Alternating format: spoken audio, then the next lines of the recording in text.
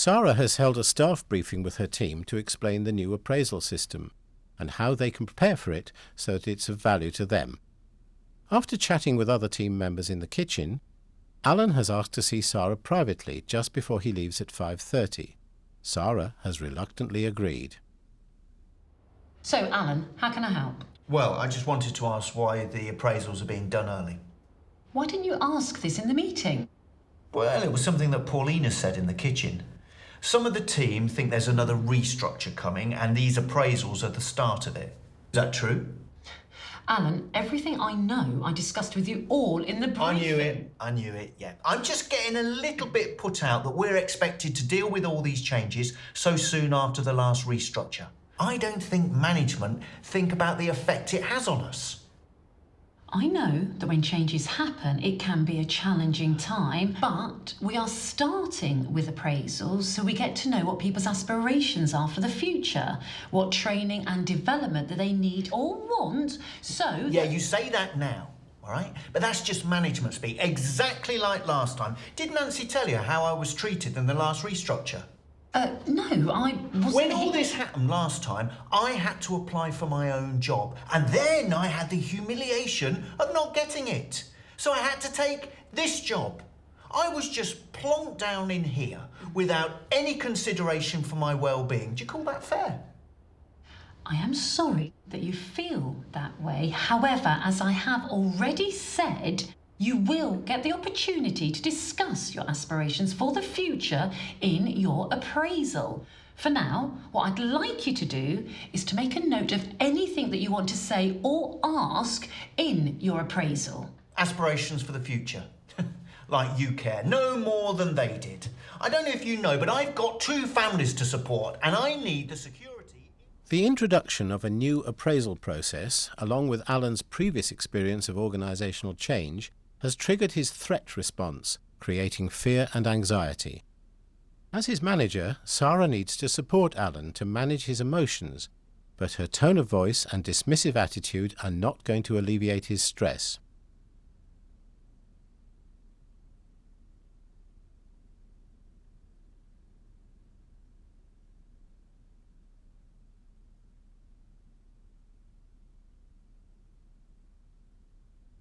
This time, Sara is going to take a brain-friendly approach and introduce some strategies she's learned from neuroscience to support Alan to manage his stress and anxiety.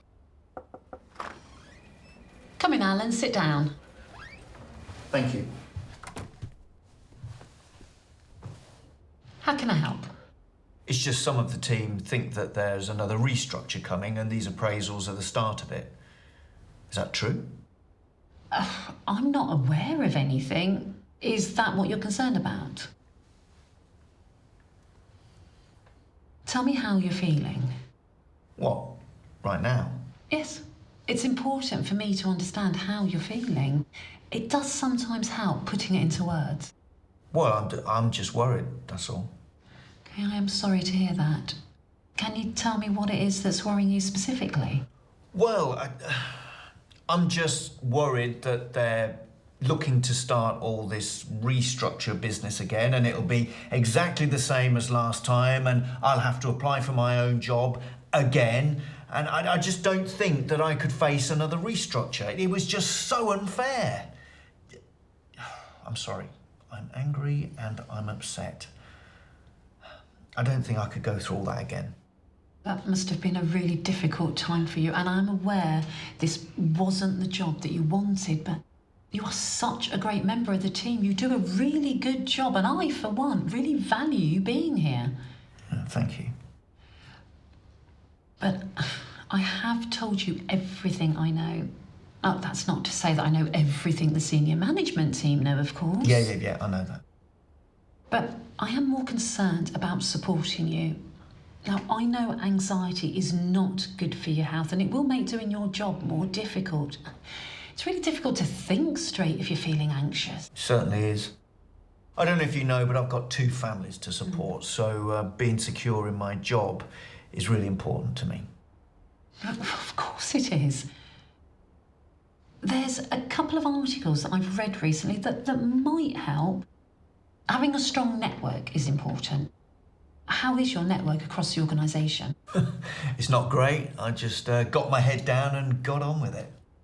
Well, how about you represent the team at the fortnightly breakfast meetings? That would mean that you would get to know more people. They would then obviously get to know you, and you raise your profile here. Yeah, I'd like that. Thank you. Actually, I wanted to ask you about Paulina. Now, Paulina, she's running the marathon on behalf of the special care unit that looked after her daughter when she was born. Now, I was thinking we could support her by holding some fundraising events. I could sort something out for you. Great. I'm really glad that we've had this chat. Thank you for coming in to see me. In the meantime, I will keep you updated if I hear of anything, but as far as I'm concerned, we really are just rolling out a new appraisal process. Thank you. This conversation achieves a positive result for Alan and Sara. Let's look at what made a difference. This time, Sara takes Alan's concerns seriously, which is important for him personally and professionally, as his performance will suffer if he continues to experience high levels of stress and anxiety. She asks Alan to name the emotion he is experiencing. Labelling emotions like this can help to reduce them. Sara then goes on to offer two practical options: to attend the breakfast meeting so he develops his network, and supporting a colleague by fundraising. Both activities will help activate the reward response and provide some counterbalance to the fear and anxiety or threat response that's been triggered. There are some other techniques that Sara is using in this conversation. Can you spot them?